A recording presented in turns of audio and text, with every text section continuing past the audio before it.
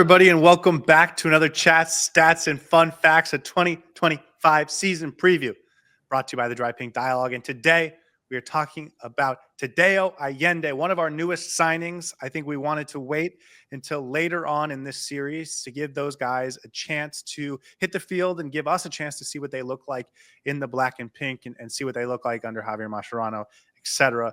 We've now gotten 3 games from Tadeo Allende, and I think it is only fair that we do his Chat Stats and Fun Facts season preview. Saur was the first thing that comes to mind when I mentioned Tadeo Allende. Big, strong, and powerful. That's what I think of when I think of Tadeo Allende, because for a winger, he seems quite big in stature and physical, athletic, and I've liked what I've seen from him so far. Very interesting that he's been deployed on that left wing side, because there's very few wingers we've seen at Inter Miami who are that big and tall.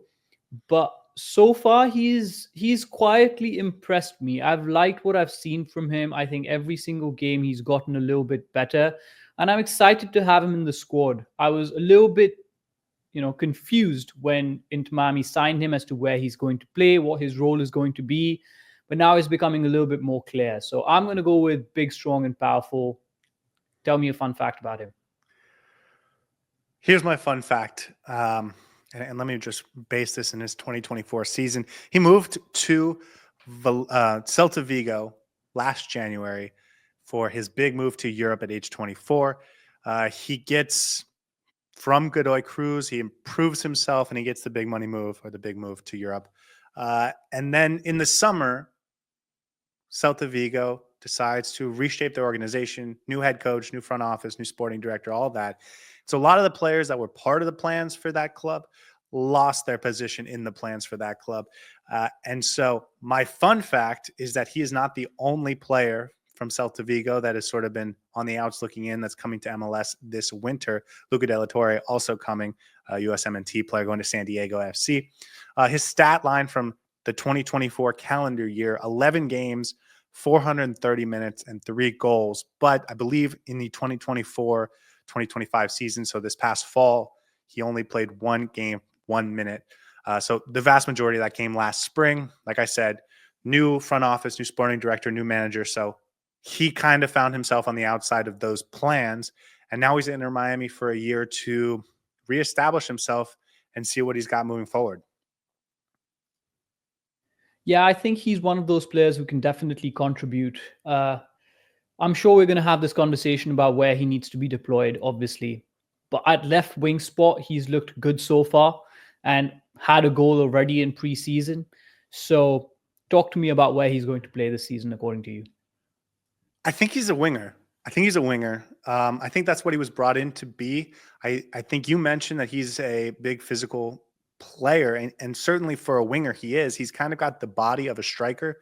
And so you'd imagine he would profile well there. But as we've seen over the past 5 years for him, like every attempt to move him to striker has kind of found him back at being a winger because that's where he's more effective. And that's what's gotten him all the plaudits and awards and minutes over the course of his career. So I think he's a winger. I think we need to understand that. And maybe he can do some striker things. Maybe he has some striker-like moments, and he certainly has a striker-like build. But he's a winger. I think that's what he's coming to be. I still think it's a little early to say exactly what he is as a player, but you mentioned he's got some technicality to him. It looks like he's got a nice right foot to him, can play on either side, so there's versatility on the wing. And I think we should just expect a quality from a nice athlete that is going to contribute in positive ways. Yeah, and I think what he brings to Inter Miami that we've lacked so far is the verticality. The vertical threat that he brings, at least in the 3-4 games that we've seen from him, has been actually very impressive. He makes those runs in behind the defenders and finds the spaces, allows players like Messi and Busquets to then maybe do a diagonal ball in behind and find him with the ball at his feet. He, I think, combined really well with Noah Allen on the left-hand side against Olympia, which I was really impressed to see. And I think you're absolutely right that he does have that winger mentality and plays like a winger. May not be particularly flamboyant with the ball at his feet, but he does the running. So excited to see what he brings. And I think at this point in time, Javier Mascherano might be treating him as the starting left winger. So we might see a bit of him at the start of the season, especially because the new signings haven't really been embedded into the squad yet, and he's one of the few that has. So I agree with you, despite the fact that he might have some striker qualities, and we may sometimes see him deployed as that number 9. Moreover, I think he's a number 7 on the wing side, maybe. Yeah, I agree. I'm not sure if he's going to play on the left or the right. I think one of the things that Javier Mascherano wants is some flexibility in his options with those 2 winger spots. So I think we're going to see him on both, if I'm being perfectly honest. But I do think he might end up being the number 1 winger. And here's my sort of thought over the last week or so is Inter Miami let Matías Rojas go because they felt pretty good about bringing this guy in, and they were already having discussions, and they were just waiting for that January transfer window to open to make it official. But I think that was part of the reason they let Matías Rojas go. They think that at least for 2025, they are upgrading at the wing position over Matías Rojas. And Rojas, as we saw, has some real talent, and for this league, he's really good. And he's going on to River Plate and doing big things in South America. So for Inter Miami to get a player that the front office and the coaching staff feels is an improvement on Matías Rojas, and in Javier Mascherano's system, which will actually use a right winger that's not, Messi playing centrally. I think that is really an exciting prospect for what he could be over the course of the season. I still think in this preseason, we haven't exactly seen what he's going to be. So to me, it's like, I think that there could be really great things in this move for Inter Miami and for Tadeo Allende. Yeah, and he's not the same profile of a player as Matías Rojas, but I think you mentioned this. The second part that you mentioned, that he fits the Javier Mascherano system better, is perhaps why Inter Miami let Matías Rojas go and brought Tadeo Allende in, just because I think, as you mentioned, Javier Mascherano is going to utilize his wing players a lot more versatile. Obviously, there might be instances where they need to come in, but those are the players who are going to be making those vertical runs and creating those goal-threatening opportunities. So I do think he fits the profile a little bit better.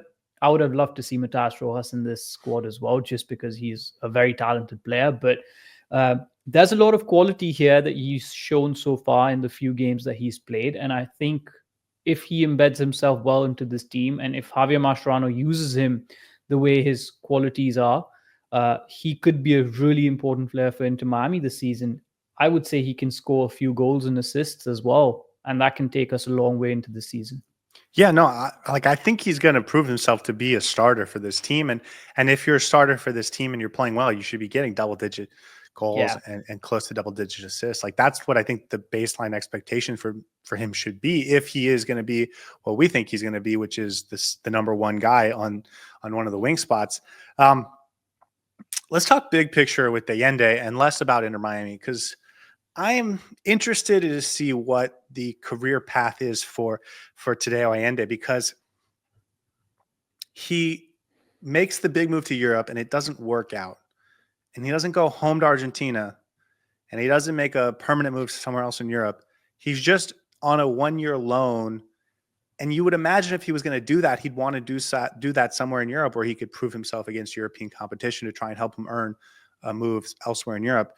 Or come back to Argentina where he's very comfortable and he knows that he can, get his career restarted back in Argentina. Instead, he's coming to the MLS, which is a different country, different league, something he has very little familiarity with. He's never played for Javier Mascherano, even though he is Argentine. He's too old for any of the teams that Mascherano would have coached.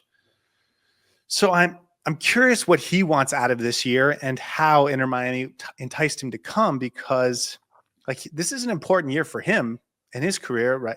I don't imagine he's going to be a signing for Inter Miami long term. I'm not sure if that's what he wants. So is this just he gets to play with his idol in Messi, and that's an amazing opportunity? Or do you think he sees this as a potential way to rebound his career? And if so, how do you see that playing out? In his, optimistically. I don't think the two are mutually exclusive. We attracted him here because the Inter Miami project is actually very appealing to a lot of these players who may not have had the opportunities or may not have as positive an impact in Europe, see Inter Miami as a place where they can play with Lionel Messi, one of the idols for every South American in this instance, but basically everyone who plays football would love to play with Lionel Messi at Inter Miami. But then also, because Inter Miami is in global competitions this year, and if he can embed himself as a starter in this team, he will have a lot of eyes on him. So that can potentially resurrect his career as well. If he becomes a regular starter for this team, contributes in goals and assists, he can get himself a really good move. Whether it's back to Celta Vigo, I'm not sure. But from Celta Vigo, he could potentially go to another European club, or maybe a better club in Argentina than he could have got perhaps a year ago. So I think if he's able to contribute to this team and do well for this squad, there's a lot of opportunity here for him, whether it's in South America or whether it's back in Europe. I think this year it's for him to get back into his groove and just show that he's capable of a lot of talent. Do you think there's any chance that he's back with Inter Miami in 2026? I doubt 'Cause it. I think go ahead. his ambitions are probably more, and given that he's already had one step in Europe, he would ideally want to go back there or maybe take the next step. But you never know how the season goes. If he has a really good time playing for Inter Miami, and if he wins a few trophies, he likes the environment, he likes MLS, you never know. That's a completely different story, right? 1 year It later, just you never know what happens. it does feel like there would be a very fine needle for him to not earn a move upwards in Europe, but also be good enough that Inter Miami, in this ambitious project that they have, want to bring him on a permanent move. So I think it will be kind of hard for him, for that needle to be thread, for him to be back in 2026 and for Inter Miami to make a long-term commitment to him without him wanting to sort of do bigger and better things. So I am very interested to see how that plays into it, because again, if he stops getting minutes, how is that going to affect him? If he plays incredibly well, how's that going to affect him? I think this is a very interesting player. He's a very interesting player to watch, and we've gotten so little of it that I think I'm just curious about what this is going to look like. So for me, I'm very interested in Tadeo Allende. I do think he's going to be a starter this year. I think as far as those two wing positions, he might get the most minutes, or at least the most starts of any player. And I know there's a plethora of options on the wing. So I'm expecting a big year from him, and I'm expecting him to jump back to Europe at the end of it. And hopefully it's just another player like Diego Gomez, like Matias Rojas, who comes to Inter Miami and leaves Inter Miami in a better spot than he came. And that's kind of what I'm expecting. Yeah, and I think just in terms of what he'll bring to this squad, he brings something unique and different that we lost when Diego Gomez left the club. He brings that physicality on the left wing side, and this is not a midfielder converted to a left winger. This is a left winger who's going to be playing that position as his natural position. So I'm excited to see him take the field, man. I think there's a lot of potential here. I liked what I've seen so far in preseason. I know it's a little bit of glimpses here and there, but I thought his game against Olympia was definitely a step in the right direction compared to the last two games. And I think once the season starts, it's going to be very exciting seeing him actually compete against some of the MLS defenses, and he can probably give them a lot of trouble. So glad we have him on board. It's going to be exciting to see how Javier Mascherano utilizes him, and it's going to be positive for Inter Miami either ways if he has a breakthrough season for us, whether it's just for one season or whether it's beyond that as well. That's a question we can maybe answer in 12 months' time. But as of now, I think a lot of potential for this player, and I'm excited to see him. Let's talk about 2025 predictions. Kind of ruined my over under because it was, does he earn a move? Yes or no to Inter Miami in 2026. So let's go with 18 goal contributions, 10 goals, 8 assists type of numbers. 18 goal contributions over under in 2025 for Tadeo Allende. I'm going to go with under. I think it's going to be around 15. 18 is a lot. And I think this team has a lot of goal contributions in it from other players as well. So it's not like he might not have an impactful season. It's just going to be that he might have those pre-assists or those involvements in goals that might not count to tangible stats, but he'll still have some contribution. So I'm going to go with 15. So I'll go under 18. 18 is a lot. So we'll see. If he gets 18, that's going to be a fantastic season from him. Yeah, I think he's going to end up with 18. That's my guess. Okay, any other hot takes for Tadeo Allende before we wrap this one up? He's going to be that quietly good signing that we've had this season. Maybe not the one that everyone's been looking out for. I know Segovia is a big name that we've been keeping an eye out for. Fafa Pico, obviously a big name signing. But this might be something that goes under the radar, and Tadeo Allende might surprise us all, quietly having good performances every single game. I agree. I actually think he could be a really exciting player. I don't even know if it's going to be quiet. My expectations have gone up from him since he first signed to today. So I'm really excited. I think we're moving towards him having a big impact. Anyways, guys, thanks for watching. We will see you in the next one. And as always, have a wonderful day.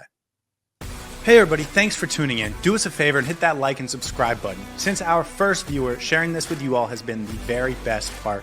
So from the beginning until the end, thank you for being a part of this and have a wonderful day.